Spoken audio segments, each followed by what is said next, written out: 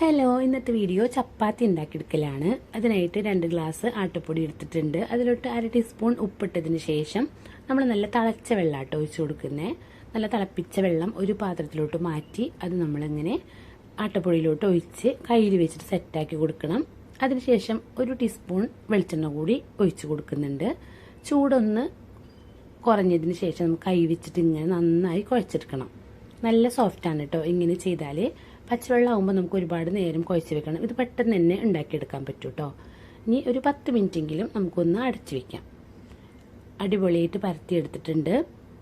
ഇങ്ങനെ ചെയ്യുമ്പോൾ നല്ല സോഫ്റ്റായിട്ട് കിട്ടും. നല്ല ടേസ്റ്റാണ് കേട്ടോ കഴിക്കാനായിട്ട്. ആദ്യം ചപ്പാത്തി ഇട്ട് ഒരു 10 സെക്കൻഡ് കഴിഞ്ഞിട്ട് വീണ്ടും നമ്മൾ മറിച്ചിടണം.